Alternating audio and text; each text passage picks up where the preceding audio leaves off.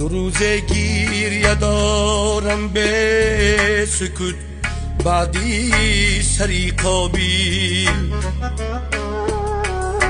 چو دیدم لحظه ای جان دادن و چشمی تری قابیل.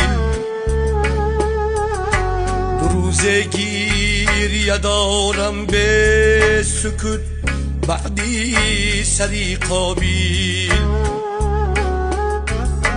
چو دیدم لحظه ای جان دادن و چشمی تری قابیل. وجودم سوخت و از اندوهی او گردید خاکستر. دلم صد پاره شد از گریه های مادری قابیل. دلم صد پاره شد از گریه های مادری قابیل.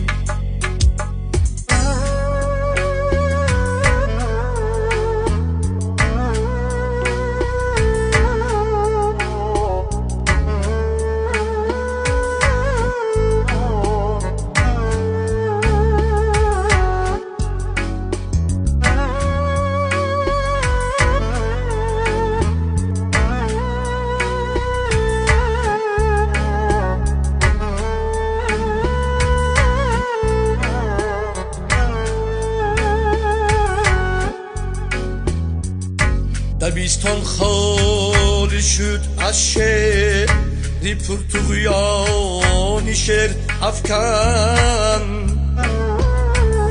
بخون جولیدم نالد کتاب و دفتری قابیل. از این داغه که در دل دارم آخر مردنم بهتر، که بودم زنده و اما نبودم در بری قابیل. که بودم زنده و اما نبودم در بری قابیل. غریبی دشمنی جانی همه پیر و جوان گشته.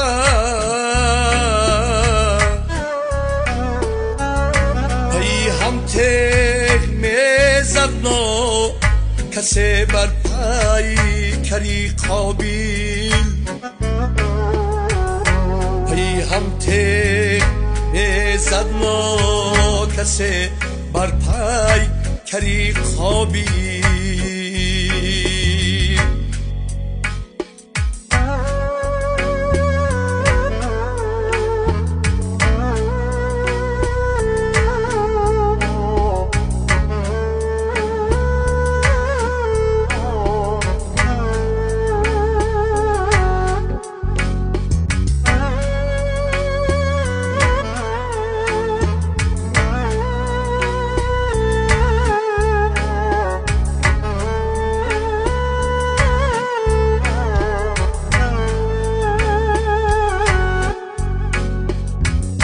بیدارم التجا مادر، نبیند داغی فرزندش.